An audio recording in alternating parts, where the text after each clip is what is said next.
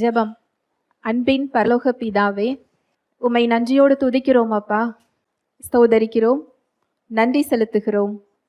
உம்முடைய அன்புக்காக, உம்முடைய கிருபைக்காக, உம்முடைய இரக்கங்களுக்காக நன்றி அப்பா. நாங்கள் நிற்பதும் நிர்மூலமாகாமல் இருப்பதும் உம்முடைய சுத்த கிருபை தகப்பனே, நன்றி செலுத்துகிறோம். எங்களுக்குள்ளே என்றென்றைக்குமாக வாசம் செய்து கொண்டிருக்கின்றவரே, உமக்கு நன்றி அப்பா. எங்களுக்கு என்ன என்ன தேவைகளோ எல்லாவற்றையும் நீர் சிலுவையில் செய்து முடித்திருக்கிறீர். இந்த சத்தியத்திற்கு நேராக எங்களை வழி நடத்தி கொண்டிருக்கிறீர். சத்திய ஆவியானவரே, வேதத்தின் இரகசியங்களை, மறைபொருட்களை எங்களுக்கு எளிமையாக நாங்கள் புரிந்து கொள்ளும் வகையில் எங்களுக்கு கற்றுக் கொடுக்கிறதற்காக நன்றி அப்பா. தடைகளை, மனக்கடினத்தை இயேசுவின் நாமத்தினாலே அப்புறப்படுத்துகிறேன். சத்தியத்தை அறிந்து கொள்ளக்கூடிய, அதை தாழ்மையாக ஏற்றுக்கொள்ளக்கூடிய உணர்வுள்ள இருதயங்களை எங்கள் ஒவ்வொருவருக்கும் நீ தருகிறதற்காய் நன்றி செலுத்துகிறேன். எங்கள் தேவைகளை அறிந்திருக்கிறீர், எங்களுடைய பாரங்களை அறிந்திருக்கிறீர், எங்களுடைய ஏக்கங்கள், எங்களுடைய விருப்பங்கள், நாங்கள் நின்று கொண்டிருக்கும் சூழ்நிலைகள், எதிர்கொள்ளும் பிரச்சனைகள் எங்களை காட்டிலும் நன்றாக அறிந்திருக்கிறீர். எங்களுக்கு ஏற்ற மன்னாவை தாரும். வார்த்தையாக நீர் கடந்து வருகிறதற்காய் நான் நன்றி செலுத்துகிறேன். உம்முடைய வார்த்தையை நீர் அற்புதங்களினாலும் அடையாளங்களினாலும் உறுதிப்படுத்துகிறதற்காய் நன்றி செலுத்துகிறேன். என்னை முழுமையாக அர்ப்பணிக்கிறேன். இயேசுவின் மூலம் ஜெபிக்கிறேன் நல்ல பிதாவே, ஆமேன். Price the Lord. ஹல்லேலூயா.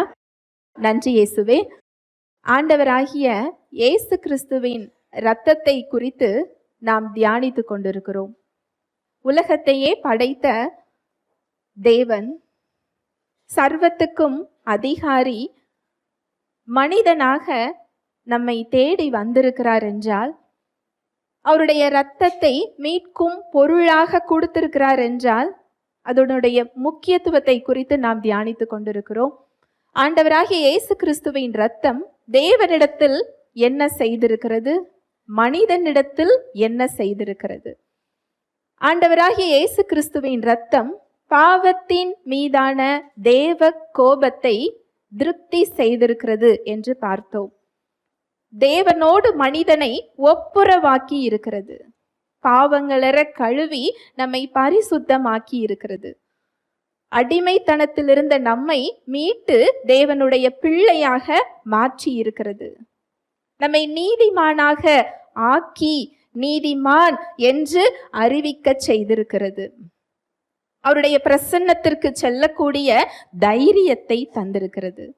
நாம் தியானித்து கொண்டிருக்கிறோம். இந்த சத்தியத்தின் தொடர்ச்சி வாசிக்கலாம். எபிரேயர் 10:19-20. ஆகையால் சகோதரரே, நாம் பரிசுத்த ஸ்தலத்தில் பிரவேசிப்பதற்கு இயேசுவானவர் தமது மாம்சமாகிய திரையின் வழியாய் புதிதும் ஜீவனுமான மார்க்கத்தை நமக்கு உண்டு பண்ணினபடியால் அந்த மார்க்கத்தின் வழியாய் பிரவேசிப்பதற்கு அவருடைய இரத்தத்தினாலே நமக்கு தைரியம் உண்டாயிருக்கிறபடியினாலும். 19வது வசனம். ஆகையால் சகோதரரே, நாம் பரிசுத்த ஸ்தலத்தில் பிரவேசிப்பதற்கு இயேசுவானவர் தமது மாம்சமாகிய திரையின் வழியாய் புதிதும் ஜீவனுமான மார்க்கத்தை நமக்கு உண்டு பண்ணினபடியினால். அங்கு மகா பரிசுத்த ஸ்தலத்தில் உள்ள திரை மேலிருந்து இரண்டாக என்ன செய்தது? கிழிந்தது. இயேசு கிறிஸ்து எப்பொழுது சிலுவையில் முடிந்தது என்று சொன்னாரோ, அது கீழிருந்து கிழியல. எங்கிருந்து கிழிந்ததா? மேலிருந்து இரண்டாக கிழிந்தது. அதனுடைய பொருள் என்னவென்றால், அங்கு இயேசு கிறிஸ்துவின் சரீரமாகிய திரை கிழிக்கப்பட்டது. அவரது சரீரமாகிய திரை அங்கு கிழிக்கப்பட்டு கடைசி சொட்டு ரத்தம் வரைக்கும் அவர் நமக்காக என்ன செய்திருக்கிறார்? சிந்தி இருக்கிறார். ஒரு விலைக்கிரயத்தை அவர் கொடுத்திருக்கிறார்.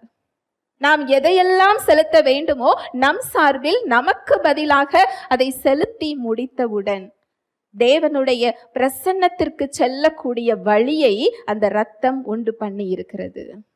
ஹல்லேலூயா, பிரைஸ் தி லார்ட். அந்த மகா பரிசுத்த ஸ்தலத்தில் இருந்த அவருடைய பிரசன்னம், அந்த உடன்படிக்கையின் பெட்டியில் இருந்த அந்த பிரசன்னம் அந்த இடத்துல இருந்து வெளியே கிளம்பி எங்க வந்துருச்சா? விசுவாசியின் ஆவியில் வாசம் செய்ய வந்தது. ஹல்லேலூயா, பிரைஸ் தி லார்ட். இந்த தேவனுடைய உறவுக்கு, அவருடைய பிரசன்னத்திற்கு செல்லக்கூடிய தகுதியை, தைரியத்தை இயேசு கிறிஸ்துவின் ரத்தம் நமக்கு என்ன செய்திருக்கிறது? கொடுத்திருக்கிறது. தேவனுடைய பிரசன்னம் எங்கேயோ அங்கே விடுதலை. நீங்க வேதத்தை புரட்டி பார்த்தீர்கள் என்றால், பழைய உடன்படிக்கையில பழைய ஏற்பாட்டு வசனங்கள், சம்பவங்கள் எல்லாம் நீங்க வாசித்து பார்த்தீர்கள் என்றால், அவருடைய பிரசன்னம் எங்க வெளிப்படுகிறதோ அங்கே இயற்கைக்கு அப்பாற்பட்ட அதிசயம், அற்புதம், சம்பவங்கள், அங்கு ஒரு விடுதலை, அது நம்முடைய புத்தியில் புரிந்து கொள்ள முடியாத அளவிற்கு இருக்கும். இன்றைக்கு அந்த பிரசன்னம் உடன்படிக்கை பெட்டியில இல்ல, மகா பரிசுத்த ஸ்தலத்துல இல்ல, எங்க இருக்குதா? நமக்குள்ளே இருக்கிறது.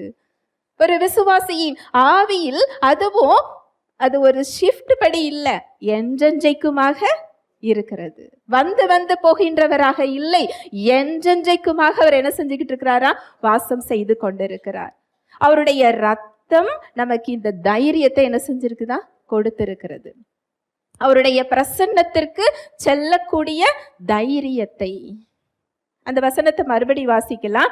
ஆகையால் சகோதரரே, நாம் பரிசுத்த ஸ்தலத்தில் பிரவேசிப்பதற்கு இயேசுவானவர் தமது மாம்சமாகிய திரையின் வழியாய் புதிதும் ஜீவனுமான மார்க்கத்தை, ஒரு புதிய வழிய, ஒரு ஜீவ மார்க்கத்தை அந்த ரத்தம் நமக்கு உண்டு பண்ணி கொடுத்திருக்கிறது. ஜப்பான்ல ஒரு கலை ஒன்று உண்டு. அந்த மண் பாண்டத்தினால செய்யக்கூடிய பாத்திரங்கள், அதுல கீறல் விழுந்தது என்று சொன்னால், அது உடைந்து விட்டது என்று சொன்னால் அதை தூர போட மாட்டாங்களாம். அந்த கலையோட பொருள் என்ன அப்படின்னு சொன்னா, அதை சரி செய்கிறதற்கு அந்த கீறலையும் அந்த உடைந்த துண்டுகளையும் ஒன்று சேர்த்து தங்கத்தினால என்ன செய்வாங்களா? சரி செய்வாங்களாம். அந்த தவறையோ உடைந்து போனதையோ அந்த கீறலையோ அவங்க மறைச்சு சரி செய்யறது இல்லை, தங்கத்தை கொண்டு அவங்க அதை ஒட்டி என்ன செய்வாங்களாம்? சரி செய்வாங்களாம். அதை பார்க்கும்போது அந்த மண் பாண்டம் அதற்கு முன்பு இருந்ததை விட எப்படி இருக்குமா? அழகா இருக்குமா? முன்பு இருந்ததை விட விலை மதிப்பு மிக்கதாக அது என்ன செய்யுமா? இருக்குமா? மண்ணை விட எதுக்கு விலை அதிகம்? தங்கத்துக்கு. அந்த மண் பாண்டம் உடைஞ்சு போயிருச்சேன்னு சொல்லி அது கவலைப்பட வேண்டியது இல்லை. அந்த குயவனுடைய கையில் அது ஒத்துழைத்தால் போதும், விலை மதிப்பு மிக்க பாண்டமாக அது என்ன செஞ்சிடும்? மாறிவிடும். தேவனுடைய பிரசன்னத்திற்கு அந்த வல்லமை இருக்கிறது. ஹல்லேலூயா, பிரைஸ் தி லார்ட். இங்கு புதிதும் ஜீவனுமான மார்க்கம். இன்னைக்கு எந்த நிலைமையில நீங்க நின்று கொண்டிருந்தாலும் சரி, உலகத்தாரால புறக்கணிக்கப்பட்டிருக்கலாம், கைவிடப்பட்டிருக்கலாம், நிராகரிக்கப்பட்டிருக்கலாம், அவமானப்படுத்தப்பட்டிருக்கலாம், உங்களுடைய சூழ்நிலைகள்ல வேற வழியே இல்லாமல் இருக்கலாம், நீங்க ஒரு குறைவான ஒரு இடத்துல நின்று கொண்டிருக்கலாம், எல்லாருடைய பார்வையிலையும் அற்பமா எண்ணப்பட்டிருக்கலாம், தவறு செஞ்சிருக்கலாம், விழுந்து போயிருக்கலாம், உடைந்து போயிருக்கலாம், சுக்குநூறா நின்று கொண்டிருக்கலாம். ஆனால் இந்த புதிதும் ஜீவனுமான மார்க்கத்துல நம்ம இருக்கின்றபடியால் அவருடைய பிரசன்னமானது, இந்த ஜீவ மார்க்கம், இந்த லிவிங் வே அப்படிங்கிறது என்ன அர்த்தம் அப்படின்னு சொன்னா, உயிர்ப்பிக்கின்ற வாழ்வை பெற்ற அனுபவம். ஹல்லேலூயா, பிரைஸ் தி லார்ட்.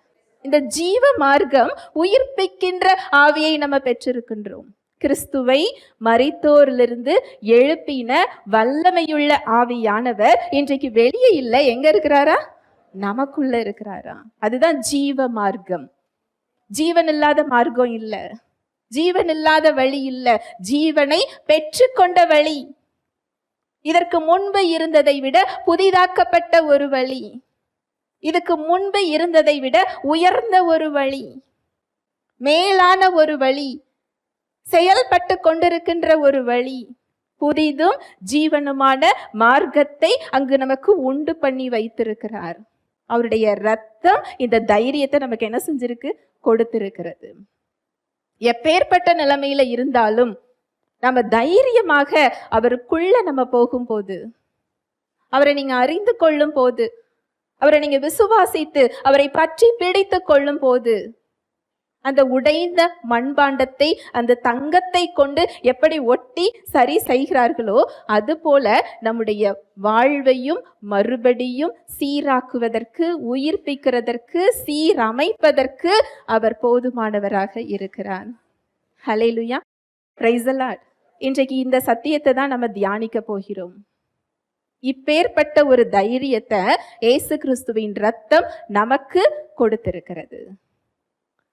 அவருடைய பிரசன்னம் நம்மை ரீஸ்டோர் பண்றதுக்காக என்ன செய்து கொண்டிருக்குதா? காத்து கொண்டிருக்கிறது.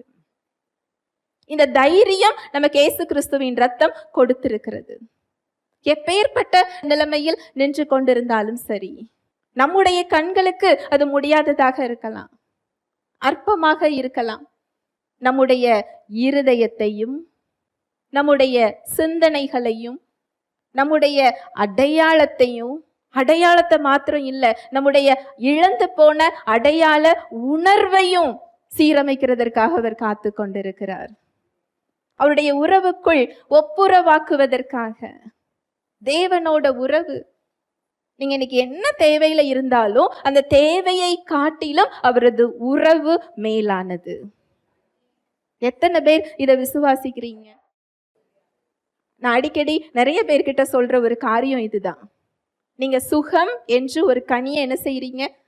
கேட்கிறீங்க.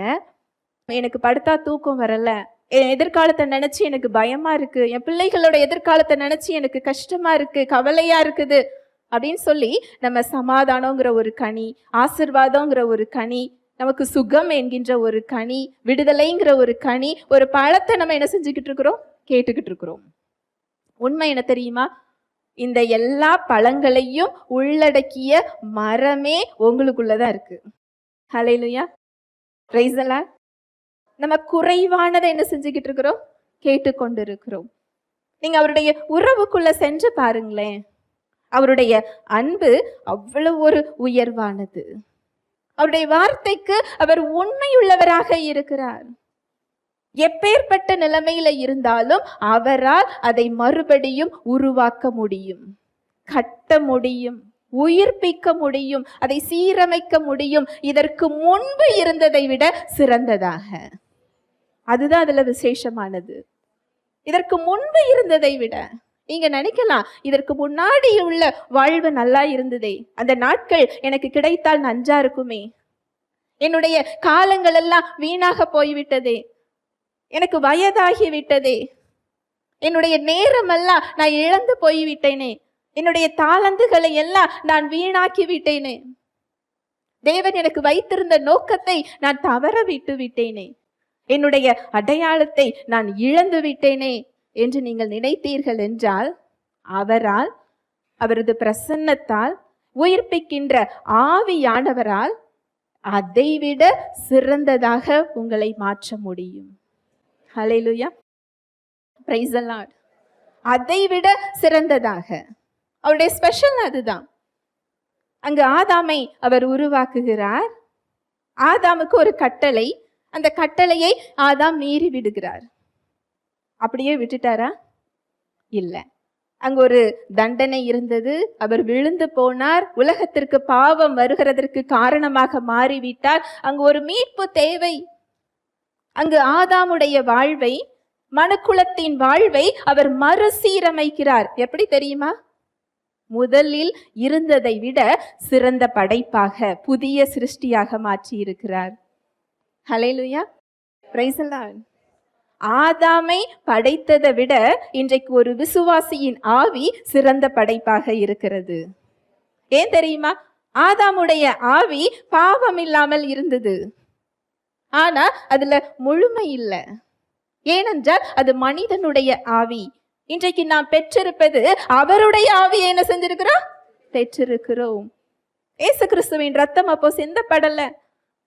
அங்க அவருக்கு கொடுக்கப்பட்ட நீதி மனிதனுடைய நீதி, நமக்கு கொடுக்கப்பட்டிருக்கிறதோ கிறிஸ்துவே நமது நீதியாக இருக்கிறார்.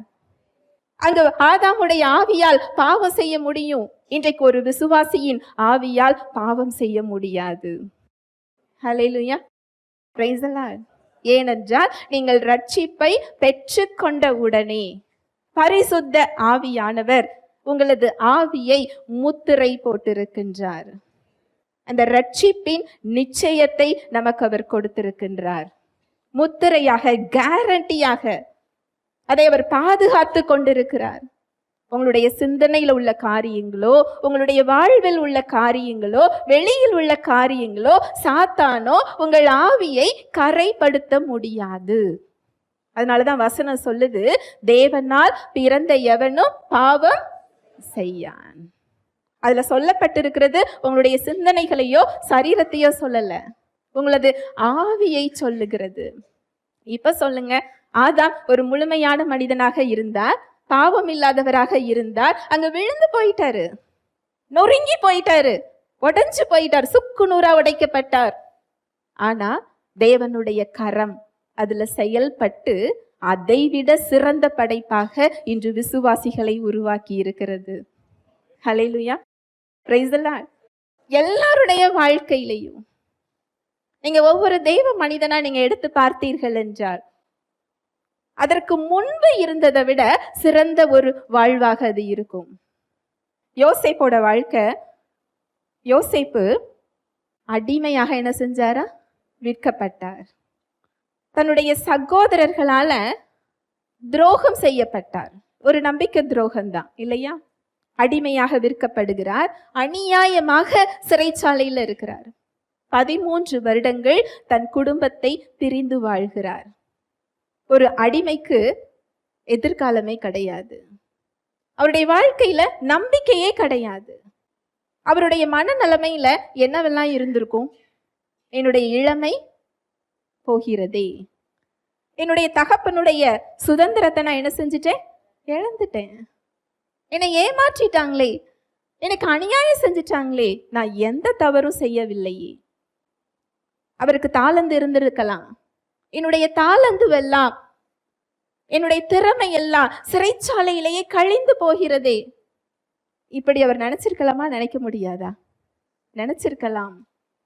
ஆனா அவருடைய வாழ்க்கையில அவருக்கு ஏற்பட்ட அனுபவங்கள் எல்லாவற்றையும் ஒன்று சேர்த்து தேவனுடைய கிருபை, அவரது இரக்கம், அவரது அன்பு, இதெல்லாம் இணைத்து அங்கு அது நன்மையாக மாற்றப்படுகிறது.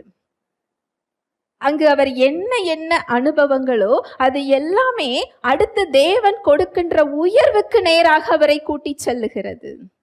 எல்லா காரியங்களையும் இணைத்து அங்கு ஒரு நன்மை அங்கு உருவாகிறது. எகிப்து தேசத்துக்கு அதிபதியாக மாறுகிறார். அடிமையாக இருந்தவர் எப்படி மாறுறாரா? எகிப்து தேசத்துக்கு அதிபதியாக மாறுகிறார். பார்வோனுக்கு அடுத்த பதவி. அங்க பார்வோன் சொல்றார், என் கையில உள்ள என்னோட பதவியை தவிர வேற எல்லாவற்றையும் நான் என்ன செஞ்சுட்டேன்? கொடுத்துட்டேன். என்னோட சேரை தவிர எல்லாத்தையும் நான் என்ன செஞ்சுட்டேன்? கொடுத்துட்டேன். அங்கு அவர் எதையெல்லாம் அந்த சிறைச்சாலையில கற்றுக்கொண்டாரோ அதுவெல்லாம் அவருக்கு அங்கு பயன்படுது. அந்த தேசத்தை வழி நடத்துவதற்கு அங்கு தன்னோட குடும்பத்தோடு இணைகிறார். குடும்பம் அங்கு ஒன்று சேர்கிறது. அது அவருக்கான நன்மையாக மாத்திரம் இல்லை, அவர் குடும்பத்துக்கான நன்மையாக மாத்திரம் இல்லை, ஒட்டுமொத்த தேசத்துக்கே அது நன்மையாக மாறுகிறது. ஹல்லேலூயா, பிரைஸ் தி லார்ட். நீங்க நினைக்கலாம், இன்னைக்கு நான் உடைஞ்சு போயிட்டேன், இதை ஒட்ட வைக்க முடியாது, யாருக்கும் நான் பிரயோஜனம் இல்லாம இருக்கிறேன் நீங்க நினைக்கிறீங்களா? இந்த உடைஞ்சு போன இடத்த, ஒட்ட முடியாத இடத்த அவர் கையில நீங்க கொடுக்கும்போது அவருடைய கிருபை, அவரது அன்பு, அவரது இரக்கம் உங்களுக்கு மாத்திரம் இல்லை, உங்க குடும்பத்துக்கு மாத்திரம் இல்லை, ஒட்டுமொத்த உலகத்துக்குமே ஆசீர்வாதமாக மாற்ற முடியும். ஹல்லேலூயா, பிரைஸ் தி லார்ட். எல்லாருக்கும் ஆசீர்வாதமா மாற்ற முடியும். அவர் மறுபடியும் கட்டுகிற விதம் இப்படிதான். அவர் கட்டுகிற விதம் இதற்கு முன்பு இருந்ததை விட சிறந்ததாக அவர் கற்றாராம். நகோமி, ரூத் நம்ம எல்லாருக்குமே தெரியும். நகோமி சொல்றாங்க, என்ன நகோமின்னு கூப்பிடாதீங்க, என்ன மாறா என்று என்ன செய்யுங்க, கூப்பிடுங்க. எனக்கு தேவன் கசப்பை கட்டளையிட்டார்னு சொல்றாங்க. தன்னோட அறியாமையில சொல்றாங்க. தேவன் கசப்பை கொடுக்கல, இவங்களுடைய அறியாமை அந்த பாதுகாப்புல இருந்து விலகி போய் அந்த துன்பங்களை அவங்க என்ன செஞ்சுக்கிறாங்க, வருவித்து கொள்றாங்க. அங்க ரூத்தை பார்த்து சொல்றாங்க, என்கிட்ட எந்த நன்மையும் கிடையாது, உன்னோட சொந்த தேசத்துக்கு நீ போ, உனக்கு கொடுக்கறதுக்கு என்னிடத்துல பிள்ளைகள் இல்லை, நீ போன்னு சொல்றாங்க. எல்லாவற்றையும் இழந்த ஒரு நிலைமை, சமாதானம் இல்லாத ஒரு நிலைமை, சந்தோஷத்தை இழந்த நிலைமை, ஒரு தோல்வி. அதற்கடுத்து அவங்களுக்கு ஒரு நம்பிக்கை இல்லை, எதிர்பார்ப்பு இல்லை, எதுவுமே இல்லை. அப்பேற்பட்ட இடத்துல அங்கு போவாஸ் மூலமாக அவங்க ஒரு புதிய வாழ்வை பெற்றுக்கொள்றாங்க. ஒரு சந்தோஷத்தை அவங்க கடைசி காலத்துல அவங்க சந்தோஷத்தை அவங்க என்ன செஞ்சுக்கிறாங்க, பெற்றுக்கொள்றாங்க. இயேசு கிறிஸ்து அவருடைய வழியில தான் என்ன செய்கிறார், வருகிறார். அங்க போவாஸ் ரூத்தோடைய மகனை தன்னுடைய மடியில வச்சு நகோமி என்ன செஞ்சாங்களாம், வளர்த்தாங்களாம். எப்பேற்பட்ட ஒரு மாற்றம் இல்லையா. ரூத் சாப்பிட்றதுக்கு வழி இல்லாம இன்னொரு தேசத்துக்கு வந்து ஒரு வயல்ல தானியத்தை பொறுக்கிக்கிட்டு இருந்தாங்களாம். யோசிச்சு பாருங்களேன், அவங்க சிந்தனை எப்படி இருக்கும்? அடுத்த சாப்பாடு கிடைக்குமா, கிடைக்காதா? அடுத்து நான் எந்த நிலத்துக்கு போகணும்? எனக்கு இந்த முதலாளி இந்த தானியத்தை பொறுக்க விடுவாரா, விட மாட்டாரா? இந்த தயவு எனக்கு கிடைக்குமா, கிடைக்காதா? மாமியாரையும் கவனிக்க வேண்டுமே என்று இருந்த ஒரு நிலைமை, கணவனை இழந்த ஒரு நிலைமை, கையில எதுவுமே இல்லை, சொந்தம் என்று சொல்வதற்கு அவங்களுக்கு எதுவுமே கிடையாது. அங்கு போவாஸ் மூலமாக எந்த இடத்துல தானிய பொறுக்க வந்தாங்களோ அந்த நிலத்துக்கு சொந்தக்காரராக, எஜமானியாக அங்க என்ன செய்யப்படுகிறார், மாற்றப்படுகிறார். ஹல்லேலூயா, பிரைஸ் தி லார்ட். அவரை ரீஸ்டோர் பண்ற விதத்தை பாருங்களேன், மறுபடியும் கற்ற விதம், அவர் வணைகின்ற விதம், எப்பேற்பட்ட குப்பையில இருந்தாலும், எப்படி ஒரு நிராகரிப்புல இருந்தாலும் அதை கனமுள்ள பாத்திரமாக அவரால் மாற்ற முடியும். தேவனுடைய வீட்டில் உபயோகமான, பிரயோஜனமான, கனமுள்ள பாத்திரமாக மாற்றுவதற்கு அவர் காத்து கொண்டிருக்கிறார். இந்த தைரியத்தை இயேசு கிறிஸ்துவின் ரத்தம் நமக்கு கொடுத்திருக்கிறது. ஹல்லேலூயா, பிரைஸ் தி லார்ட். அது வாழ்க்கையை மாத்திரம் இல்ல, உங்க சிந்தனைகள். இங்க தாவீது ராஜா சொல்றாரு, சங்கீதம் 23:3, அவர் என் ஆத்துமாவை தேற்றி தம்முடைய நாமத்தின் நிமித்தம் என்னை நீதியின் பாதைகளில் நடத்துகிறார். அவர் என் ஆத்துமாவை தேற்றி தம்முடைய நாமத்தின் நிமித்தம் என்னை நீதியின் பாதைகளில் நடத்துகிறார். தாவீது ராஜா அவர் சிறு வயது முதலே தன்னுடைய குடும்பத்தினரால் நிராகரிக்கப்பட்டவர். அங்கு சாமுவேல் தீர்க்கதரிசி அடுத்த ராஜாவை அபிஷேகம் பண்ண உன்னுடைய குடும்பத்திற்கு வருகிறேன் என்று ஈசாய் கிட்ட சொல்றாரு. ஈசாய் அங்க என்ன பண்ணணும், தன்னுடைய பிள்ளைகள் அனைவரையும் அவர் என்ன செய்யணும், ஒரு இடத்துல கூட்டி வச்சிருக்கணும். சாமுவேல் தீர்க்கதரிசி ஒரு சாதாரண ஆள் கிடையாது, ராஜாவை அபிஷேகம் பண்ணுகிறவர். தேவனுடைய வார்த்தையை தேவனிடத்தில் கேட்டு மக்களிடம் சொல்லக்கூடிய ஒரு தீர்க்கதரிசி. இஸ்ரவேல் மக்களால் அறியப்பட்ட கனம் பெற்ற ஒரு தீர்க்கதரிசி, தேவனுடைய மனுஷன் என்று எல்லாராலும் அறியப்பட்டவர். அவர் ஒரு இடத்துக்கு போறாருன்னு சொன்னா எல்லாருடைய கவனமும் அவர் மேலதான் இருக்கும். அப்போ ஈசாய் வீட்டுக்கு நான் வருகிறேன், அதுவும் உன்னுடைய மகன்ல ஒருவரை தேவன் ராஜாவாக அபிஷேகம் பண்ண போகிறார் என்று சொன்னவுடன் ஈசாய் என்ன செய்யணும், தன்னுடைய பிள்ளைகள் எல்லாரையும் என்ன செய்யணும், ஒரு இடத்துல கூப்பிட்டு உட்கார வைக்கணும். ஏன்னா அங்க அவங்க மாத்திரம் சாப்பிட போறது இல்ல, சாமுவேல் தீர்க்கதரிசியோட அந்த ஊர்ல உள்ள எல்லாரும் சேர்ந்து சாப்பிடுவாங்க. இப்பேற்பட்ட இடத்துல தாவீது ராஜாவுக்கு அழைப்பு இல்லை. நான் சொல்ல வர்றது புரியுதா? இன்னைக்கு இந்த இடத்துல நீங்க அநேகரை இருக்கலாம். அங்க தாவீது ராஜாவுக்கு தகப்பனிடத்தில் கூட தயவு கிடைக்கவில்லை. தகப்பனால் புறக்கணிக்கப்பட்டவர், சகோதரர்களால் புறக்கணிக்கப்பட்டவர். அந்த அழைப்பு அவருக்கு போகல. மனுஷங்க புறக்கணிக்கலாம், பெற்றோர்கள் புறக்கணிக்கலாம், அவருக்கு இன்விடேஷன் எங்க இருந்து வருது? இன்விடேஷன் கொடுத்தது யாரு? பெற்றோர் கொடுக்கல. யார் அழைக்கிறார்? தேவன் அழைக்கிறார். உன்னுடைய கடைசி மகன் தாவீது வரவில்லை என்றால் அவன் வர்ற வரைக்கும் நான் என்ன செய்ய மாட்டேன், சாப்பிட போறது இல்லை. சாமுவேல் தீர்க்கதரிசி சொல்லுகிறார். அடுத்து தாவீது அந்த இடத்துக்கு வந்த பிறகுதான் அங்க எல்லாரும் சேர்ந்து என்ன செய்யறாங்க, சாப்பிடுறாங்க. அந்த சிறு வயதுல ரிஜெக்ஷன், நிராகரிப்பு, அவமானம், அவருக்கான அங்கீகாரம் இல்லை. அங்க சிங்கத்தோடு எப்படி இருந்தாலும் பரவாயில்லை, கரடியோடு பிள்ளை எப்படி இருந்தாலும் பரவாயில்லைன்னு சொல்லி வனாந்தரத்திற்கு அனுப்பப்பட்டவர். அவருடைய உள்ளம் எப்படி இருக்கும்? அதோடு அவருடைய பாடு முடியல. அடுத்து ராஜாவாக அபிஷேகம் பண்ணப்பட்ட உடனே மறுபடியும் ஆடு மேய்க்கிறதுக்கு என்ன செய்யறாரு, போறாரு. நாமளா இருந்தா போகுமா? நான் யாரு, நான் எதற்கு நான் அழைக்கப்பட்டிருக்கிறேன், என்னை அழைத்தவர் யாருன்னு சொல்லி வீட்டுல என்ன செஞ்சிருவோம், உட்கார்ந்துருவோம். அவர் அதை என்ன செய்யல. அடுத்த நாளே ஆடு மேய்க்க செல்லுகிறார். அங்கு ராஜாவாக ஆகக்கூடிய ஒரு வாய்ப்பும் அவருக்கு வருது. கோலியாத்தை மேற்கொள்ளுகிறார்.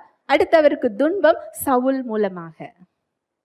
ஒரு விலங்கை வேட்டையாடுவது போல, ஒரு மான, ஒரு சிங்கம் எப்படி வேட்டையாடுமோ, ஒரு சிறுத்தை எப்படி வேட்டையாடுமோ, அது போல சவுலும் இஸ்ரவேல் ராஜாவும் அவரது இராணுவமும் மொத்தமும் ஒரு ஆடு மேய்க்கிற சிறுவனை என்ன செஞ்சுக்கிட்டு இருக்கு, விரட்டிக்கிட்டு இருக்கு. இது நியாயமான சண்டையா? ஒரு ஆடு மேய்க்கிற சிறுவன் எத்தனை நாள் ஓடி ஒளிய முடியும்? யோசிச்சு பாருங்களேன், எத்தனை நாள் ஓடி ஒளிய முடியும்? ஒரு இராணுவமே தேடிக்கிட்டு இருக்கு. ஆனா அந்த இராணுவத்தின் கையில் அவர் ஒப்பு கொடுக்கப்பட்டாரா? இல்ல. அதுதான் அவரது வல்லமை. அவருக்கு ஓடி ஓடி ஒளியும் போது அப்பேற்பட்ட ஒரு சூழ்நிலையில தான் இதை சொல்றாரு. அவர் என் ஆத்துமாவை தேற்றி. அவர் சிந்தனையில கலக்கம் வந்திருக்கலாம், பயம் வந்திருக்கலாம், விரக்தி வந்திருக்கலாம். என்னடா வாழ்க்கை இதுன்னு அவருக்கு என்ன செஞ்சிருக்கோம், வந்திருக்கும். நான் பிறந்ததுல இருந்தே நான் நன்மை என்ன செய்யல, அனுபவிக்கலையே. அங்கு வசனம் சொல்லுது, ஒரு சமயத்துல ரொம்ப சோர்வுக்கு போய், இனிமேல் இந்த இஸ்ரவேல் பகுதியில நான் இருந்தால் என்றைக்காவது சவுல் பிடித்து கொள்வார்னு சொல்லி இஸ்ரவேலை விட்டு வெளியே என்ன செய்யறாரா, போறாரா. அதுல விசேஷம் என்ன தெரியுமா? அவர் இஸ்ரவேலுக்குள்ள இருக்கிற வரைக்கும் சவுலால் அவர் என்ன செய்ய முடியல, தொட முடியல. எப்போ வெளியே போறாரோ அவருடைய உடைமைகள் எல்லாம் கொள்ளையிடப்படுகிறது. ஹல்லேலூயா, பிரைஸ் தி லார்ட். நம்ம அநேகர் செய்யற ஒரு தவறு என்ன தெரியுமா? நமக்கு பிரச்சனை, நமக்கு கட்டுகள், நமக்கு சோர்வுகள் வரும்போது இதுல இருந்து எனக்கு மீட்பு கிடையாது, இதுதான் என் வாழ்க்கை அப்படின்னு சொல்லி ஏற்றுக்கொண்டு தேவனிடத்துல செல்கிறதுக்கு பதிலா அவரை விட்டு என்ன செஞ்சிடறோம், விலகி போறோம். அந்த விரக்தி நம்மளை மேற்கொள்ளுது, அந்த சோர்வு வருது, அந்த பிரச்சனைகளோடு நம்மை அடையாளப்படுத்தி கொள்றோம். இதுதான் என் வாழ்க்கை, இதுதான் எனக்கான விதி அப்படின்னு சொல்லி என்ன செஞ்சுக்கிறோம், ஏற்றுக்கொள்றோம்.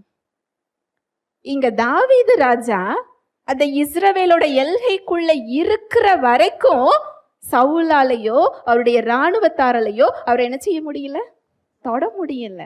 எப்போ கில்காலுக்கு போறாரோ அவரோட உடைமை, அவரோட மனைவி, பிள்ளைகள், அவர் கூட இருக்கிறவங்களோட மனைவி, பிள்ளைகள் எல்லாம் சிறைப்பிடித்து போகப்பட்டது. ஹல்லேலூயா, பிரைஸ் தி லார்ட். எப்பேற்பட்ட உடைந்து போன நிலைமையா இருந்தாலும் சரி, எப்பேற்பட்ட கீழாக கிடக்கிற நிலைமையா இருந்தாலும் சரி, நிராகரிப்பாக இருந்தாலும், அவமானமாக இருந்தாலும், பலவீனமாக இருந்தாலும், நம்ம ஓடி போறது முதல்ல எங்க தான் போகணும், அவர்கிட்ட தான் போகணும். அதை மறுபடியும் கட்டுவதற்கு அவர் காத்து கொண்டிருக்கிறார். உங்களுடைய இருதயத்தை தேற்றுவதற்கு, உங்க சிந்தனைகளை பலப்படுத்துவதற்கு, துதியின் உடைய கொடுக்கிறதுக்கு அவர் எப்படி இருக்கிறாரா, காத்து கொண்டு இருக்கிறார், காத்துக்கிட்டு இருக்கிறாரு. ஏற்கனவே தேவனிடம் இருந்து பிரிந்த நம்மை, அவருடைய வாக்கு தத்தத்திற்கு அந்நியர்களாக இருந்த நம்மை, ஆவியில் மறைத்திருந்த நம்மை, அவருடைய பிரசன்னத்திற்கு செல்ல முடியாமல் பகையோடு நின்று கொண்டிருந்த நம்மை இயேசு கிறிஸ்துவின் இரத்தம் கழுவி பரிசுத்தமாக்கி தேவனோடு ஒப்புரவாக்கி அவருடைய பிள்ளை என்ற அந்தஸ்தை அது கொடுத்திருக்கிறது. ஆவியில் நாம் மறுபடியும் கட்டப்பட்டு விட்டோம். தேவ சாயலை பெற்றிருக்கிறோம். தேவனுடைய வித்தினால் மறுபடியும் பிறந்திருக்கிறோம். அதே அனுபவத்தை உங்களுடைய சிந்தனைகளில் கொடுக்க அவர் காத்து கொண்டிருக்கிறார். உங்களுடைய சரீரத்தில் கொடுக்க காத்து கொண்டிருக்கிறார். அதே ஆவியானவர், ஆதியில உலகத்தை படைத்த ஆவியானவர், மோசேயிடம் செயல்பட்ட ஆவியானவர், தாவீது ராஜாவிடம் செயல்பட்ட அதே ஆவியானவர், தானியேலிடம் செயல்பட்ட அதே ஆவியானவர், சாத்ராக் மேஷாக் ஆபேத்நேகோ கூட அக்னி சூளையில நடந்து சென்ற அதே ஆவியானவர், பவுலோடு இருந்த அதே ஆவியானவர் இன்றைக்கு நம்மோடு கூட நமக்குள் என்ன செஞ்சுக்கிட்டு இருக்கிறார்? வாசம் செய்து கொண்டிருக்கிறார்.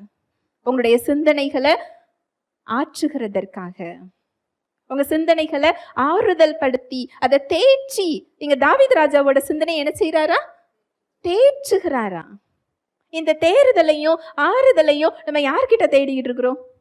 மனுஷங்க கிட்ட தேடுறோம். இல்ல, நம்ம தேடுற இடம் யாரா இருக்கணும்? தேவனாக இருக்க வேண்டும். மனுஷங்களால 2 வார்த்தை நல்ல வார்த்தை சொல்ல முடியும், அவங்களால நம்மளுடைய துக்கத்தை தொடைக்க முடியாது, அதை மாற்ற முடியாது. அதை மாற்றுகிற வல்லமையுள்ளவர் அவர் மாத்திரமே. ஹல்லேலூயா, பிரைஸ் தி லார்ட். அங்க தாவீது ராஜா சொல்றாரு, என் ஆத்துமாவே நீ கர்த்தரையே நோக்கி அமர்ந்திரு. நீ பிரச்சனைக்குள்ள போகாத, உன்னை எதிர்த்து வர்றவங்கள நீ பார்க்காத, நீ சோர்வுக்குள்ள போகாத.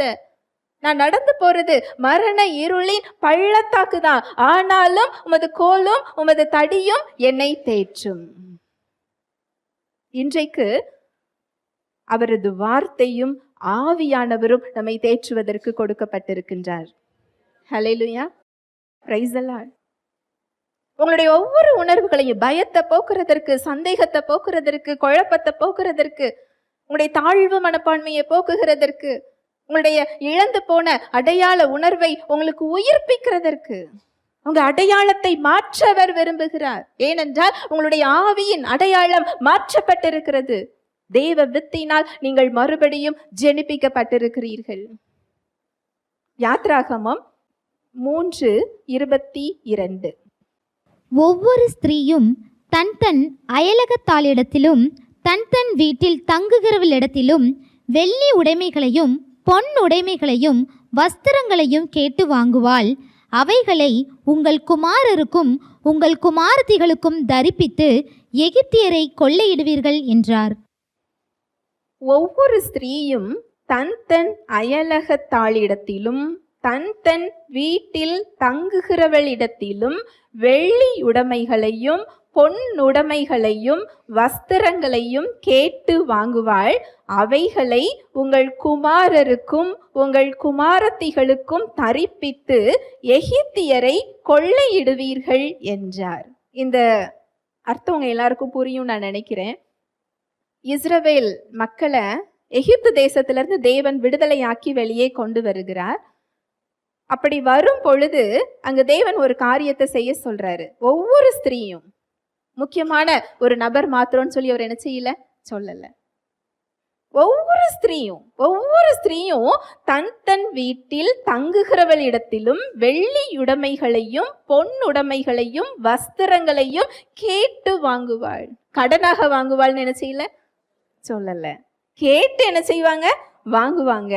அப்படி வாங்கின பொன்னையும் வெள்ளியையும் வஸ்திரத்தையும் உங்கள் குமாரருக்கும் உங்கள் குமாரத்திகளுக்கும் நீங்க என்ன செய்யுங்க, தருப்பியுங்கள், போட்டு அழகு பாருங்கன்னு சொல்றாரு. எதனால இப்படி சொல்றாரு? 400 வருடம் அடிமையாக அங்கு இருக்கின்றனர். அவங்களுக்கு சம்பளம் கிடையாது, கூலி கிடையாது, அவங்களுக்கான நீதி நியாயம் அங்கு கிடைக்கல. நியாயமா கிடைக்க வேண்டிய எதுவுமே அவங்களுக்கு என்ன செய்யல, கிடைக்கல. நம்முடைய தேவன் நீதியின் தேவன். அவங்களுக்கு என்ன கிடைக்கணுமோ அந்த கூலிய எத்தனையோ மடங்கு அதிகமா அவர் என்ன செய்யறாரு, திருப்பி கொடுக்கிறாரு. அதோடு மாத்திரம் இல்ல, 400 வருஷமா கிட்டத்தட்ட ஒரு 4-5 தலைமுறைகளா இல்லையா, 4-5 தலைமுறைகளாக அடிமைகளாக இருந்தா அவங்களுடைய பிள்ளைகளுக்கு அவர்களுக்கு என்ன ஒரு மனநலமை இருக்கும்? ஒரு ஜெனரேஷன் இல்ல, எத்தனை தலைமுறையா? 4-5 தலைமுறையா அவங்க அடிமைகள் தான். அப்படி என்றால் அவங்க மனநலமை எப்படி இருக்கும்? அடிமைக்குரிய மனநலமை. அடிமைகள் எங்கேயாவது தங்கம் வெள்ளி போட்டிருப்பாங்களா? இல்ல. நல்ல ஆடை போட்டிருப்பாங்களா? இல்ல. இங்க தேவன் அந்த அடிமை என்ற அடையாளத்திலிருந்து அவங்கள வெளியே வருவதற்காக பொன்னையும் பொருளையும் புதிய உடைகளையும் அவங்களுக்கு என்ன செய்ய சொல்றாரு? தரிப்பிக்க சொல்றாரு. அந்த அடையாள உணர்வை மாற்றுகிறார். அவர் உங்க வாழ்க்கையை மாத்துறதுக்கு மாத்திரம் இல்ல, உங்க சிந்தனையில நீங்க எதுலெல்லாம் அடிமையாக நீங்க உங்களை அடையாளப்படுத்தி வச்சிருக்கிறீங்களோ, எனக்கு இந்த நோய் இருக்கு, இந்த நோய் இருந்தா எனக்கு இப்படிதான் இருக்கும், இந்த பலவீனம் இப்படிதான் வரும். ஏனென்றால் டாக்டர் என்ன செஞ்சிட்டாரு? சொல்லிட்டாரு. அவங்களுக்கு அப்படிதான் அந்த அடையாளம் என்ன செய்யுது? இருக்குது. கூகுள்லையும் அப்படிதான் என்ன செஞ்சிருக்கு? போட்டிருக்கு. அப்படி என்றால் அடையாளம் அப்படிதான் இருக்கும். ஹல்லேலூயா, பிரைஸ் தி லார்ட். உங்களோட அடையாளம் இது இல்ல. கிறிஸ்துவை மரித்தோரிலிருந்து எழுப்பின வல்லமையுள்ள ஆவியானவர் சாவுக்கு ஏதுவான உங்களுடைய சரீரங்களை உயிர்ப்பிக்கிறதற்காக உங்களுக்குள் இருந்து கொண்டிருக்கிறார். ஹல்லேலூயா, பிரைஸ் தி லார்ட். நம்முடைய தேவனுடைய நாமங்களில், அவரது பெயர்களில் ஒன்று என்னவென்றால் யெகோவா ராஃபா. யெகோவா ராஃபா என்றால் என்ன தெரியுமா?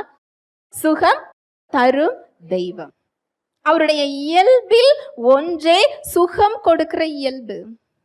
இந்த சுகம் கொடுக்கின்ற இயல்பை உடையவரை நமக்குள்ள நம்ம வச்சிருக்கிறோம். அவரது வித்தினால் மறுபடியும் ஜெனிப்பிக்கப்பட்டிருக்கிறோம். நம்ம பிறந்திருக்கிறதே யார் வித்துல தான் பிறந்திருக்கிறோம்? மாம்சத்தினால இல்ல, மனித வித்தினால இல்ல, மேல இருந்து தேவ வித்தினால் மறுபடியும் ஜெனிப்பிக்கப்பட்டிருக்கிறோம். நம்முடைய ஆவியில நோயை பெற்றுக்கொள்ளக்கூடிய இயல்பே கிடையாது. நீங்க ஒரு ஆட்டுக்குட்டிகிட்ட போய் மாம்சம் சாப்பிட கொடுப்போமா? கொடுக்க மாட்டோம். ஏன் கொடுக்க மாட்டோம்? அது சாப்பிடாது. மாம்சம் கொடுத்தீங்கன்னா அது என்ன செய்யாது? சாப்பிடாது. ஏன் சாப்பிடாது? அதற்கு அந்த இயல்பு கிடையாது. அதுபோல் உங்களுடைய ஆவிக்கு நோயை பெற்றுக்கொள்ளும் இயல்பு கிடையாது. உங்க ஆவியில நோய்க்குரிய இயல்பே கிடையாது. சுகம் கொடுக்கிற ஆவியானவர் உங்களுக்குள் இருக்கிறார்.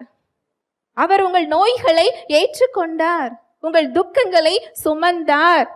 நீங்க அதை சுமக்க தேவையில்லை என்பதற்காக அவர் என்ன செஞ்சிருக்கிறாரா? சுமந்திருக்கிறார். ஆனா நம்மளுடைய அடையாளம் இங்க எப்படி இருக்குது?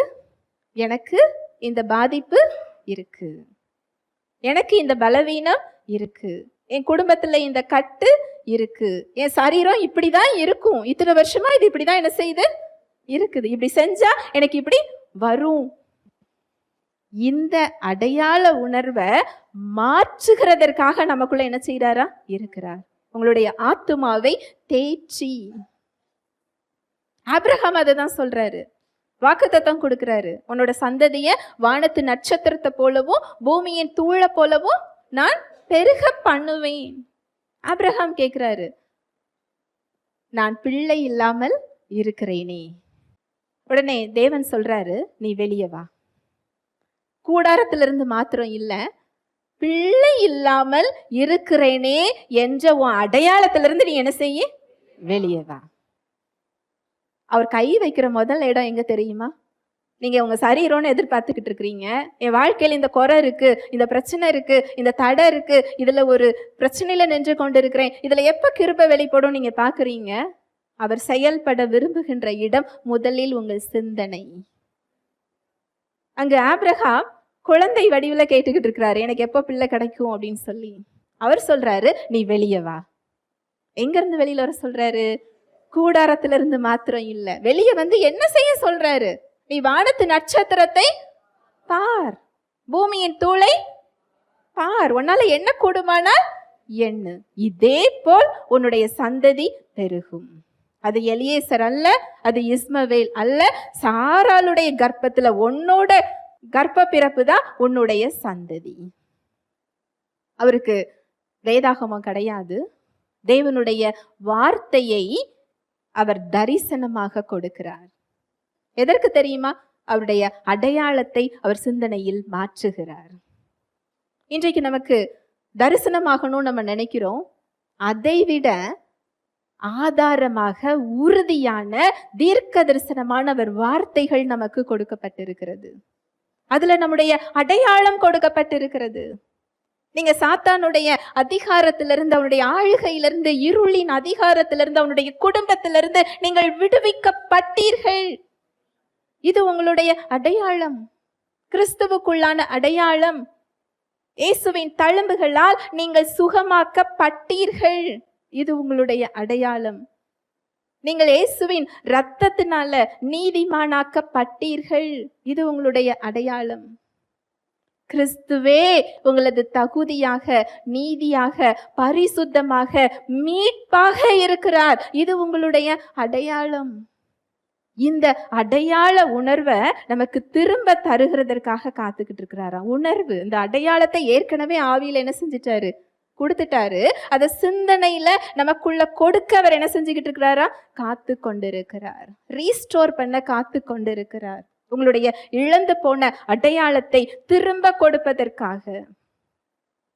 யோவேல் 2:25.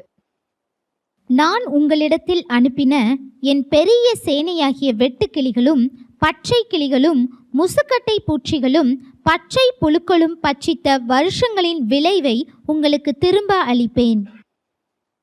நான் உங்களிடத்தில் அனுப்பின என் பெரிய சேனையாகிய வெட்டுக்கிளிகளும் பச்சை கிளிகளும் முசுக்கட்டை பூச்சிகளும் பச்சை புழுக்களும் பட்சித்த வருஷங்களின் விளைவை உங்களுக்கு திரும்ப அளிப்பேன்.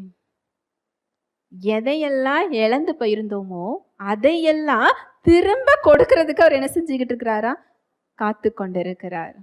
நிறைய வார்த்தைகள்ல அவர் தந்திருக்கிறார். உங்கள் வெட்கத்துக்கு பதிலாக இரண்டத்தனையான பலன் வரும். உங்களுடைய பிள்ளைகள், உங்களுடைய சந்ததிகள் இஸ்ரவேலிலே அடையாளங்களாகவோ அற்புதங்களாகவும் என்ன செய்வாங்களா? இருப்பாங்க. அவங்க வீட்டுக்கு அடங்காத பிள்ளைன்னு சொல்லி என்ன செய்ய மாட்டாங்க? பேர் வாங்க மாட்டாங்க. அவங்க ஆசீர்வாதம் இல்லை, அவங்களுக்கு எதுவும் செஞ்சா வராதுங்கிற பேர் என்ன செய்ய மாட்டாங்க? வாங்க மாட்டாங்க. அற்புதங்களாகவும் அடையாளங்களாகவும் இருப்பாங்களா? சாட்சிகளாக இருப்பாங்களா? இதெல்லாம் நம்முடைய இன்ஹெரிட்டன்ஸ், நம்முடைய சுதந்திரம். இதை திரும்ப கட்டுகிறதற்காக அவர் காத்து கொண்டிருக்கிறார். உங்களை கையின் பிரயாசங்கள், நீங்க எதையெல்லாம் இழந்து போனீங்களோ அதை தான் அது சொல்லுது. நான் உங்களிடத்தில் அனுப்பின என் பெரிய சேனையாகிய வெட்டுக்கிளிகள், பச்சை கிளிகள், முசுக்கட்டை பூச்சிகள், பச்சை புழுக்கள் பட்சித்த வருஷங்கள். இது உங்களுடைய நேரத்தை குறிக்குது, உங்களுடைய காலத்தை குறித்து, உங்களுடைய இழந்து போன காரியங்களை அது குறிக்கிறது. உங்க சமாதானமா இருக்கலாம், உங்க சுகமா இருக்கலாம், உறவுகளா இருக்கலாம், உங்க கையின் பிரயாசங்களா இருக்கலாம், அநேகரால நீங்க ஏமாற்றப்பட்டிருக்கலாம், உங்க கையில உள்ள காரியங்களை நீங்க இழந்து போயிருக்கலாம். இது எல்லாத்தையும் அவரால் திரும்ப உங்களுக்கு என்ன செய்ய முடியுமா? கொடுக்க முடியும். அதை கொடுக்கிறதற்கு அவர் போதுமானவராக இருக்கிறார். இந்த ஜப்பான்ல ஒரு கலை பார்த்தோம் இல்லையா? அந்த தங்கத்தை கொண்டு மறுபடியும் அவர் என்ன செய்யறாரு? ஒட்டுகிறார்களாம். அப்படி ஒட்டும் போது ஏற்கனவே அது மண்பாண்டமா வந்திருந்தா கூட அவ்வளவு ஒரு அழகா மதிப்பு மிக்கதா அது என்ன செஞ்சிருக்காது? மாறி இருக்காது. அது தங்கத்தோடு அந்த மண்பாண்டத்தை பார்க்கும்போது எது விலை மதிப்பு உள்ளதாக இருக்கும்? தங்கத்தோடு சேர்ந்த மண்பாண்டம் தான் எப்படி இருக்கும்? விலை மதிப்பு உள்ளதாக இருக்கும். அவருடைய கிருபை, அவருடைய அன்பு, அவருடைய இரக்கம், உங்களுடைய சூழ்நிலைகளோ, உங்களை எதிர்த்து வருகிற மனிதர்களோ, இல்ல சாத்தானோ, உங்களுடைய பலவீனங்களோ உங்களுடைய வாழ்வை மேற்கொள்ள முடியாது. இப்பேற்பட்ட ஒரு புதிய வாழ்வை அவர் நமக்கு கொடுத்திருக்கிறார். நம்மை உயிர்ப்பிக்கின்ற ஆவியானவர், உங்க சிந்தனைகளை உயிர்ப்பிக்கின்ற ஒரு ஆவியானவர். சில வருடங்களுக்கு முன்பதாக ஒரு சகோதரி இந்த சத்தியத்தை கேட்டாங்க. அவங்களுடைய வாழ்க்கையில ஒரு பிரச்சனை என்னவென்றால், அவங்களுடைய மகளுக்கு தோல் இந்த மீன் செதில் போல, இந்த பாம்பு மீனுக்கெல்லாம் ஒரு செதில் இருக்கும் இல்லையா, அது போன்று அவங்களுடைய உடம்பு முழுவதும் அதே போல் இருந்துதான். அதனால அவங்களுக்கு திருமணமாகாமல் தடைப்பட்டுக்கிட்டே இருக்குது. அவங்க மகள் பைபிள் காலேஜில் படிச்சுட்டு இருந்தாங்களாம். இந்த சத்தியத்தை கேட்ட உடனே அவங்க ஒரு டீச்சர் அவங்க மகளை கூப்பிட்டு, நீ பைபிள் காலேஜ் படித்தது போதும், முதல்ல சத்தியத்தை நீ என்ன செஞ்சுக்கோ, அறிந்து கொள். கிறிஸ்து நமக்காக சாபமாகி சட்டத்தின் சாபத்திலிருந்து நம்மை நீங்களாக்கி மீட்டு கொண்டார். நீங்க உபாகமம் 28வது அதிகாரம் 16வது வசனத்திலிருந்து அதிகாரம் முழுவதும் 65 வசனங்களுக்கு மேல இருக்கு. நீங்க எடுத்து வாசிச்சு பாருங்க. அதுல ஒரு விளைவுகள்ல கூட நீங்க இருக்க வேண்டிய அவசியம் இல்லை. அதுல நமக்கு வரக்கூடிய சாதாரண தலைவலி கூட சாபம் என்று சொல்லப்படுகிறது. மனக்குழப்பம், திகைப்பு, குடும்பத்துல பிரிவு, வறுமை, நோய், வலி, இந்த தோல்வியாதி, இது எல்லாமே சாபத்தின் விளைவுகள். ஆனா நற்செய்தி என்னவென்றால், கிறிஸ்து நமக்காக சாபமாகி சட்டத்தின் சாபத்திலிருந்து நம்மை நீங்களாக்கி மீட்டு கொண்டார். இந்த சாப விளைவுகள்ல இருக்க வேண்டிய அவசியம் இல்லை. இந்த சத்தியத்தை அவங்க தெரிந்து கொண்டு அவங்க மகளுக்கு அதை கற்றுக் கொடுக்க ஆரம்பிச்சாங்களா. அவங்க மகளும் அதுக்கு ஒத்துழைச்சதை கேட்குறாங்க. அந்த வசனங்கள் எல்லாம் அவங்க பேசுறாங்க. ஒரு வாரத்துல அவங்களுடைய ஸ்கின், அந்த பழைய தோலெல்லாம் உதிர்ந்து நார்மலான ஒரு தோல் அவங்க என்ன செஞ்சுக்கிட்டாங்க, பெற்றுக்கொண்டாங்க. ஹல்லேலூயா, பிரைஸ் தி லார்ட். அவங்க எத்தனையோ வைத்தியம் பார்த்தோம், அதுல அவங்களுக்கு கிடைக்கல. சுகம் எங்க இருக்கு? கிறிஸ்துவினிடத்தில் இருக்கிறது. ஏசு கிறிஸ்துவினிடத்தில் இருக்கிறது. புதிதும் ஜீவனமான மார்க்கத்தை அவர் உண்டு பண்ணி இருக்கிறார்.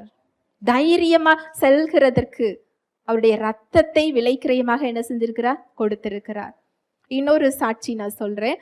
ஒரு சகோதரி கடந்த ஒரு சில வருடங்களாக அசுத்தாவி பிரச்சனையினால் அவங்க கஷ்டப்பட்டுக்கிட்டு இருந்தாங்க. அவங்களுக்கு நாங்க சத்தியத்தை கொடுத்தோம். தேவனை அறியாத ஒரு சகோதரி. இந்த சத்தியத்தை கொடுக்கும்போது, இதை கேட்கும் போதெல்லாம் அவங்க ஒரு விடுதலையை அவங்க சிந்தனையில பார்க்க ஆரம்பிச்சாங்க, அவங்க சரீரத்துல பார்க்க ஆரம்பிச்சாங்க. ஏசு கிறிஸ்துவை இரட்சகராக முழு மனதோடு ஏற்றுக்கொண்டாங்க. அசுத்தாவி பிரச்சனையில இருக்கும்போது உங்களுக்கு ஊழியக்காரங்க ஜெபித்தால் விடுதலை அப்படின்னா அது ஒரு முழுமையான சுகம் கிடையாது. ஏசு என்ற நாமம் சொன்னா போகாத ஆவின் உலகத்துல எதுவுமே கிடையாது. ஆனா நீங்க உங்களுடைய சிந்தனைகள்ல அவரது வார்த்தைகளால, சத்தியத்தால நீங்க நிரம்பி இருக்கலன்னு சொன்னா அந்த முன்னிலைமையை காட்டிலும் பின்னிலைமை எப்படி இருக்கும்? ரொம்ப விளைவு அதிகமா இருக்கும். அந்த விடுதலை என்பது கை வச்சு ஜெபிக்கிறதோடு இல்லை. இது அசுத்தாவி பிரச்சனைக்கு மாத்திரம் இல்லை, எல்லா நோய்க்குமே இதுதான் தீர்வு. நம்ம நினைக்கிறோம் ஒரு ஊழியக்காரங்கிட்ட போய் கை வச்சு ஜெபிச்சு 2 நிமிஷத்துல நமக்கு என்ன வேணும்? விடுதலை வேணும். நம்ம வேலையை நம்ம என்ன செய்யணும்? பார்க்க போகணும்னு நினைக்கிறோம். விடுதலை என்பது அது உண்டு.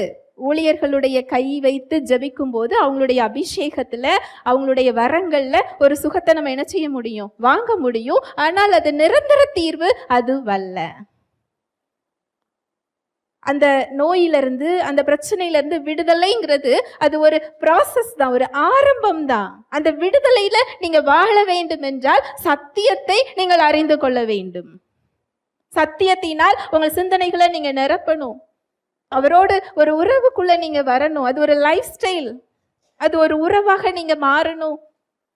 எல்லாருமே என்கிட்ட கேட்பாங்க, ஒரு ஆறுதலா, ஒரு சந்தோஷமா, ஒரு உற்சாகமா ஒரு 1/2 மணி நேரத்துல ஒரு மெசேஜ் கொடுக்காம ஒரு 1 மணி நேரம் இந்த சுவிசேஷத்தையே சொல்லிக்கிட்டு இருக்கிறீங்களே அப்படின்னு கேட்பாங்க. நீங்க அழாதீங்க, கவலைப்படாதீங்க, நீங்க பயப்படாதீங்க அப்படின்னு நான் சொல்றதுனால உங்களுக்கு விடுதலையை பெற முடியும்னா நான் சொல்ல தயார். அப்படி நீங்க என்ன செய்ய முடியாது? தர முடியாது. ஏசு கிறிஸ்து என்ன சொல்றாரு? சத்தியத்தையும் அறிவீர்கள். எது உங்களை விடுதலையாக்குமா? சத்தியம் உங்களை விடுதலை ஆக்கும். நீங்க அதை அறியும் போதுதான் நீங்க விடுதலை என்ன செய்ய முடியும்? பெற்றுக்கொள்ள முடியும். உங்களுடைய அடையாளம் எது என்று தெரியாமல் உங்க அடையாளத்துக்குள்ள நீங்க எப்படி போக முடியும்? அவருடைய ரத்தம் என்ன செய்திருக்கிறது என்று தெரியாமல் அந்த சுதந்திரத்தை எப்படி நாம் அனுபவிக்க முடியும்? நம்ம ஜெபிக்கிறது எவ்வளவு முக்கியமோ அதே அளவு முக்கியம் நீங்கள் சத்தியத்தை அறிந்து கொள்வது. இந்த சத்தியத்தை அறிந்து கொள்ளும் போதே எத்தனை பேர் விடுதலையை பார்க்கறாங்க தெரியுமா? ஏனென்றால் சிந்தனைக்குள் அந்த சத்தியம் செல்லும் பொழுது, சுவிசேஷம் செல்லும் பொழுதே அங்கு கட்டுகள் உடைகிறத நாங்க பார்க்கிறோம், சரீரம் சுகம் பெறத பார்க்கிறோம், அந்த வாழ்வு மாறுகிறத பார்க்கிறோம். அந்த சகோதரி அந்த சத்தியத்தை தாழ்மையா ஏற்றுக்கிட்டாங்க. இயேசு கிறிஸ்துவை இரட்சகராக ஏற்றுக்கொண்டால் மாத்திரமே விடுதலை உண்டு, விடுதலைக்காக நீங்க இதுல வர முடியாதுன்னு சொல்லும் போது முழுமையா அவங்க நான் இரட்சகரா ஏற்றுக்கொள்றேன்னு சொன்னாங்க. ஒரு சில மாதங்கள்ல விடுதலையை பார்த்தாங்க. அவங்க சொன்ன சாட்சி என்ன தெரியுமா? இந்த சத்தியம் என் சிந்தனையில எனக்கு ஒரு மனதை கொடுத்தது. என்னால ஒரு முகமா என்ன செய்ய முடியாது, சிந்திக்க முடியாது. என் சரீரத்துல அவ்வளோ பிரச்சனைகள், என் குடும்பத்துல அவ்வளவு பிரச்சனைகள், நானும் என் கணவரும் விவாகரத்து வரைக்கும் சென்றிருந்தோம். ஆனா இந்த சத்தியத்தை நான் அறிந்து கொள்ளும் போது எங்களுக்குள்ளான உறவு அதிக அன்போடு இப்பொழுது மாறி இருக்கிறது. ஹல்லேலூயா, பிரைஸ் தி லார்ட். அது மாத்திரம் இல்ல, எங்க கையின் பிரயாசம், எனக்கு என்ன தேவையோ, எனக்கு என்ன விருப்பமோ, என் சார்பில் என்ன செய்யணுமோ எனக்கு அவர் செய்து கொண்டிருக்கிறார். ஹல்லேலூயா, பிரைஸ் தி லார்ட். நான் அந்த சகோதரியோட வாழ்க்கையை நான் பார்க்கிறேன். அந்த சகோதரி கிறிஸ்துவுக்குள்ள வருகிறதற்கு முன்னால், சத்தியத்தை அறிகிறதுக்கு முன்னால் இருந்த வாழ்வை விட இப்பொழுது ரீஸ்டோர் பண்ணப்பட்ட அந்த வாழ்வு எவ்வளவு உயர்ந்ததா இருக்கு தெரியுமா? அந்த உடைஞ்ச மண் பாண்டத்தை தங்கத்தோடு சேர்ந்து விலை மதிப்பு மிக்கதாக அழகானதாக மாற்றப்பட்ட ஒரு பாத்திரமாக அந்த சகோதரி இருக்கிறார். அவங்க வாழ்க்கையே மாறிவிட்டது. நீங்க எந்த பிரச்சனையில இருக்கிறீங்களோ அந்த பிரச்சனைகளை நீங்க அவமானமா பாக்குறீங்க. ஆனா தேவன் அதை அவமானமாக பார்க்கல. உங்க வாழ்க்கையில, உங்களை மறுசீரமைக்க போற அந்த வாழ்க்கையில அதை ஒரு சாட்சியாக அவர் உருவாக்கி கொண்டிருக்கிறார். உங்க பலவீனம் ஒரு சாட்சியாக மாறப்போகிறது. உங்க குறைவுகள் ஒரு சாட்சியாக மாறப்போகிறது. ஏனென்றால் குறைவுகளை நிறைவாக்குகிறவர் உங்களோடு கூட இருக்கிறார். எந்த நிலைமையில இருந்தாலும் அவரால் சரி பண்ண முடியும். இயேசு கிறிஸ்து கூட இருந்த மகதலேனா மரியாள் அநேக அசுத்தாவிகளால பாதிக்கப்பட்டவங்க. அவங்க நிலைமை எப்படி இருந்திருக்கும்? சுவிசேஷம், முதல் சுவிசேஷம் யாருக்கு அறிவிக்கப்பட்டது தெரியுமா? அப்போஸ்தலர்களுக்கு இல்ல, மகதலேனா மரியாளுக்கு. நீங்கள் உங்களை பார்க்கிற விதமாக அவர் உங்களை பார்ப்பது இல்லை, மற்றவர்கள் உங்களை பார்க்கிற விதமாக அவர் உங்களை பார்க்கிறது இல்லை. அவர் உங்களை விலையேற பெற்றவராக பார்த்து கொண்டிருக்கிறார். நீங்க எந்த அளவு முக்கியமானவர்களாக இருந்தால் அவரே இறங்கி வந்து அவரோட ஜீவனை கொடுத்து இரத்தத்தை விலையாக கொடுத்திருப்பார் இல்லையா? அவ்வளவு விசேஷித்தமானவர்களாக கிறிஸ்துவுக்குள்ளாக உங்களை அவர் பார்க்கிறார். உங்க குறைவுகளோடு அவர் பார்க்கல. அவரால் செய்ய முடியாத காரியம் சொல்லி எதுவுமே இல்லை. பேதுரு மறுதலிக்கிறார். அவர் குற்ற மனப்பான்மையில போக வேண்டும் என்றால் அவர் சென்றிருக்கலாம். ஆனா அவருடைய குற்ற மனப்பான்மையை போக்கி தன்னோட பணிக்கு அவர் எடுத்துக்கொள்ளுகிறார். யூதாஸ் காரியோத்து மனம் திரும்பி இருந்தால் அவருக்கும் அந்த ரட்சிப்பை என்ன செஞ்சிருக்க முடியும், பெற்றிருக்க முடியும். அந்த உடைந்த பாத்திரத்தையும் அவரால் ஒட்டி தங்கத்தை கொண்டு விலை மதிப்பு மிக்கதாக அவர் என்ன செஞ்சிருக்க முடியும், மாற்றிருக்க முடியும். அந்த கலையில, அந்த உடைஞ்ச மண்பாண்டத்துல தங்கத்தை கொண்டு அதை விலை மதிப்புள்ளதை அழகாக்குறாங்க. ஆனா நம்முடைய வாழ்க்கையில உடைஞ்சு போயிருக்கின்ற நம்மை, சுக்கு நூறாகி இருக்கிற நம்மை அவர் தங்கத்தை கொண்டு ஒட்டல, தன்னுடைய இரத்தத்தை கொண்டு அவர் ஒட்டி வைத்திருக்கிறார். ஹல்லேலூயா, பிரைஸ் தி லார்ட். உங்க வாழ்வு இப்படியே இருக்க போறது இல்லை. அதை ரீஸ்டோர் பண்றதற்காக யோபு எல்லாவற்றையும் இழந்தார். அவருடைய வாழ்க்கை அப்படியே முடிஞ்சு போனதா? இல்ல. அவர் அந்த புலம்பலுக்குள்ளேவா இருந்தார்? அதுவும் இல்லை. தேவனுடைய பிரசன்னத்துக்கு திரும்புகிறார், அவருடைய உறவுக்குள்ள திரும்புகிறார். இழந்த எல்லாவற்றையும் இரண்டத்தனையாக அவர் பெற்றுக்கொண்டார். அவருடைய பெயர், அவருடைய மதிப்பு, அவருடைய கண்ணியம், அவருடைய இழந்து போன சமாதானம், இழந்து போன ஆசீர்வாதங்கள், குடும்பம், பிள்ளைகள் எல்லாம் இரண்டத்தனையாக அவர் பெற்றுக்கொண்டார். ஹல்லேலூயா. Praise the Lord. ஒவ்வொரு தெய்வ பிள்ளைகளை நீங்க வாழ்க்கையை எடுத்து பாருங்க. அவங்களுடைய வாழ்வை தேவன் அப்படியே விட்டது கிடையாது. அவர் எப்படி நம்மை அப்படியே விட்டு விடுவார். ஒரே ஒரு காரியம்தான், நம்முடைய சோர்வுகள்ல, நம்முடைய பலவீனங்கள்ல, நம்முடைய குறைவுகள்ல நாம் நின்று விடாமல் அவரிடத்தில் செல்லக்கூடிய தைரியத்தை நாம் பெற்றிருக்கிறதை நாம முதல்ல தெரிந்து கொள்ளணும். இதை மாற்றக்கூடிய வல்லமையுள்ளவர் எனக்குள்ள காத்து கொண்டிருக்கிறார் என்பதை அறிந்து கொள்ள வேண்டும். அதை விசுவாசிக்க வேண்டும். உடைந்து போன சூழ்நிலையில அதை விசுவாசிக்கணும். அதுவும் நம்ம பலம் இல்லை, விசுவாசிக்கிறதற்கு தேவையான விசுவாசத்தையும் அவரே என்ன செஞ்சிருக்கிறாரா? கொடுத்திருக்கிறாரா? ஆவியானவரை கொடுத்திருக்கிறார், வார்த்தையை கொடுத்திருக்கிறார். ஒரு நாட்டுக்கும் இன்னொரு நாட்டுக்கும் சண்டை போடும்போது ஒரு நாடு ஜெயிக்கும், ஒரு நாடு என்ன செய்யும்? தோற்று போகும். இந்த ஜெயித்த நாட்டு ராஜாவும் அவருடைய இராணுவ வீரர்களும் தோற்று போன நாட்டில் உள்ள எல்லா பொருட்களையும் கொள்ளை பொருளா என்ன செய்து கொள்வார்கள்? எடுத்துக்கொள்வாங்க. கொள்ளை பொருளாக கிடைச்சதை தன்னோட நாட்டுக்கு கொண்டு வந்து எல்லாரும் என்ன செய்து கொள்வாங்க? பங்கு போட்டு கொள்வாங்க. அதுபோல சிலுவையில் ஆண்டவராகிய இயேசு கிறிஸ்து சாத்தானை நம்மீது அவனுக்கு இருந்த அதிகாரத்தை உரிந்து கொண்டு வெளியரங்கமான கோலமாக்கி ஒரு பெரிய வெற்றியை பெற்றிருக்கிறார். அந்த வெற்றிக்குள் கொள்ளை பொருளாக சமாதானம், சந்தோஷம், சுகம், வாழ்வு, அவரது பரிசுத்தம், அவரது நீதி, எல்லாவற்றிற்கும் மேலாக தேவனுடைய உறவு. தேவனுடைய உறவு. இந்த உறவோட விசேஷம் என்ன தெரியுமா? நீங்க எப்போது வேண்டுமானாலும் அவர்கிட்ட பேசலாம். நீங்க பேசுகின்ற பேச்சுக்கு அவர் செவி சாய்க்கிறவராக இருக்கிறார். நீங்க சங்கீதத்தெல்லாம் எடுத்து வாசிச்சு பாருங்களேன். அங்க தாவீது ராஜா, ஆசாப், அவங்க எல்லாம் கதறுகிறத பார்க்க முடியும். என் குரலுக்கு நீங்க செவி கொடுங்க, என் மேல இரக்கமாயிருங்க, என் மேல கிருபையாயிருங்க, எனக்கு ரட்சிப்பை தாங்க, உடைய கிருபை எங்களை விட்டு எடுத்துக்கொள்ளாதீங்க, எங்கள் மேல் நினைவாயிருங்க அப்படின்னு சொல்றாரு. இன்னைக்கு நாம அந்த இடத்துல இல்ல, நம்மேல் நினைவாயிருக்கிற இடத்துல என்ன செஞ்சுக்கிட்டு இருக்கிறோம்? நின்று கொண்டு இருக்கிறோம். என் குரலுக்கு அவர் செவி சாய்ப்பாரா மாட்டாரா? இந்த இடத்துல இல்ல, அவருடைய பிள்ளை என்ற அந்தஸ்தில் நின்று கொண்டிருக்கிறோம். அவருடைய பிள்ளை. இதுவெல்லாம் உங்களுடைய சுதந்திரம். சிலுவையில் அவர் பெற்றுக் கொடுத்த அத்தனை காரியங்களும் உங்களுடைய சுதந்திரம்.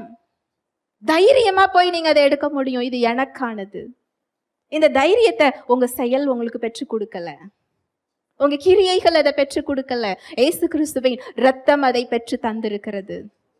இந்த தைரியம் உங்க மேல உள்ள தைரியம் இல்ல, இயேசு கிறிஸ்துவின் இரத்தத்தின் மீது உள்ள தைரியம். அது எனக்கு இந்த புதிதும் ஜீவனுமான மார்க்கத்தை எனக்கு அங்கு உண்டு பண்ணி வைத்திருக்கிறது. தைரியமா அவருடைய பிரசன்னத்துக்கு செல்லக்கூடிய வழி, தைரியமா போகக்கூடிய வழி, எந்த சூழ்நிலையா இருந்தாலும் தைரியமா எதிர்கொள்ளுகின்ற ஒரு வழி. அது என் மீது, என் செயலின் மீது, என்னோட காரியங்கள் மீது உள்ள நம்பிக்கை அல்ல, என்னை படைத்தவர் எனக்குள் இருக்கிறார் என்ற நம்பிக்கையின் அடிப்படையில்.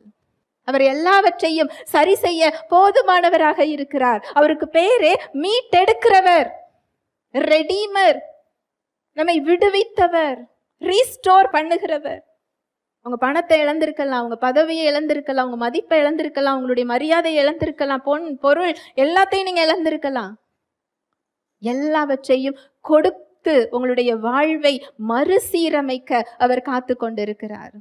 உங்க சிந்தனைகள்ல அவருடைய சமாதானத்தை கொடுத்து, சந்தோஷத்தை கொடுத்து, அவருடைய நீதியை கொடுத்து, பரிசுத்தத்தை கொடுத்து உங்களை மறுபடியும் கட்ட, உங்களுக்கு ஒரு புதிய அடையாள உணர்வை கொடுக்கிறதற்கு அவர் காத்து கொண்டிருக்கிறார். வெட்டு கிளிகளும் பச்சை கிளிகளும் முசுக்கட்டை பூச்சிகளும் பச்சை புழுக்களும் இதெல்லாம் எதையெல்லாம் உங்ககிட்ட அழித்ததோ அதையெல்லாம் திரும்ப கொடுக்க அவர் காத்து கொண்டிருக்கிறார். அப்பேற்பட்ட வல்லமையிடம், அப்பேற்பட்ட பிரசன்னத்திடம், அப்பேற்பட்ட ஒரு வாழ்விடம் செல்லக்கூடிய தைரியத்தை இயேசு கிறிஸ்துவின் ரத்தம் நமக்கு கொடுத்திருக்கிறது. தைரியமா அந்த வாழ்க்கையில தான் நம்ம நின்று கொண்டிருக்கிறோம். மறுபடியும் கட்டப்பட்ட வாழ்க்கையில் நாம் நின்று கொண்டிருக்கிறோம். இதை வெளியில அனுபவமாக கொடுக்க ஆவியானவர் காத்து கொண்டிருக்கிறார். ஹல்லேலூயா, பிரைஸ் தி லார்ட். ஒரே ஒரு வசனம் மாத்திரம் சொல்லி முடிக்கிறேன். எபிரேயர் 7:25. மேலும் தமது மூலமாய் தேவனிடத்தில் சேருகிறவர்களுக்காக வேண்டுதல் செய்யும்படிக்கு அவர் எப்பொழுதும் உயிரோடு இருக்கிறவராகையால் அவர்களை முற்றுமுடிய இரட்சிக்க வல்லவருமாயிருக்கிறார். மேலும் தமது மூலமாய் தேவனிடத்தில் சேருகிறவர்களுக்காக வேண்டுதல் செய்யும்படிக்கு அவர் எப்பொழுதும் எப்படி இருக்கிறாரா?